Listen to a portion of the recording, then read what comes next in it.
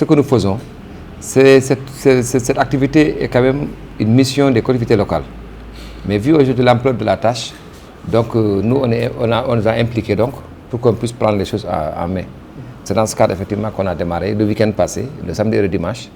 En tout cas, toute l'équipe composée de nous-mêmes, de la police et des agents de la mairie de Plateau et du maire, avons eu en tout cas à faire toute l'avenue Malick Sy et puis le boulevard du tribunal régional de Dakar, l'avenue Blaise Diagne, la rue de Reims, la rue Dial Diop, la rue Belfort, sans oublier la rue Émile Badiane et le prolongement de Sandiniéry.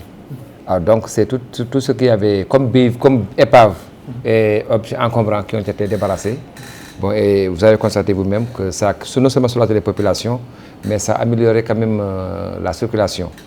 Alors, donc s'il faut parler de bilan d'étape, c'est cela, parce que l'objectif quand même, c'est de faire cela dans toute la circonscription administrative. Ce sont des centaines d'épaves, hein. Il n'y a pas que les épaves de véhicules, il y a aussi les objets encombrants qu'on a enlevés. Il y a les ordures et les gravats qu'on a enlevés. Donc il faut dire qu'aujourd'hui, vraiment c'est énorme. Bon, pour votre information, la fourrière municipale était remplie déjà. La première opération qui a été conduite par le préfet du département, M. Anibal Badara Samb.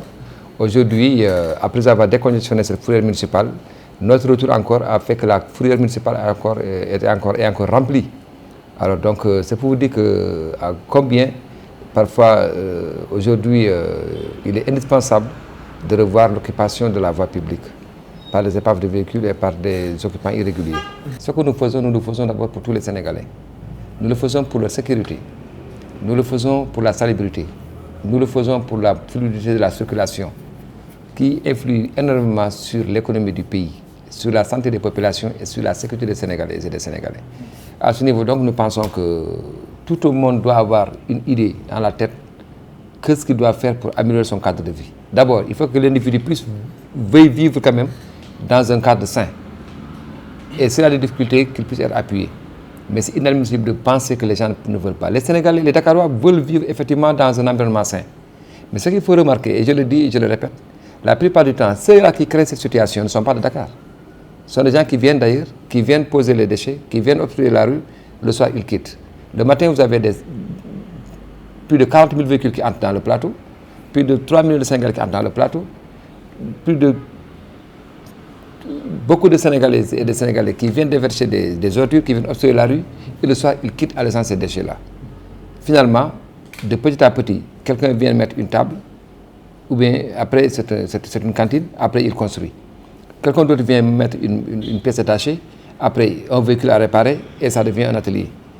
De fil en aiguille maintenant, la route disparaît, les totales disparaissent. Et bonjour les dégâts, bonjour les embouteillages. Et la conséquence aujourd'hui, c'est que même s'il y a un sinistre, les éléments de sapeurs-pompiers, chaque fois, éprouvent d'énormes difficultés pour accéder dans les lieux. Et pourtant, c'est vos micros qui disent que oui, on appelle les sapeurs, ils ont mis 10 minutes, ils ont mis 15 minutes. Les sapeurs ne font pas en général plus de 5 minutes pour arriver à Dakar, Plateau, à bon port, parce qu'il y a la caserne de Malick Sy qui est opérationnelle. Et je félicite au passage le colonel commandant Koulibaly et son remplaçant aujourd'hui, qui ont toujours fait un excellent travail dans ce sens, qui répondent présents à tout temps qu'on les interpelle.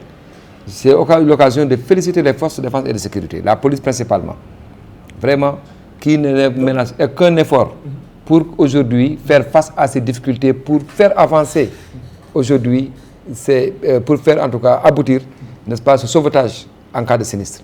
Ce qui fait qu'en général, que non seulement nous avons un problème de passage, de servitude, mais nous avons une réduction dans les délais d'intervention. Donc, ce problème, donc, en aménageant ainsi les voies de servitude donc, et d'accès, ça facilite les interventions et on a plus de chances pour éviter les risques, n'est-ce pas, d'accident ou bien de péril.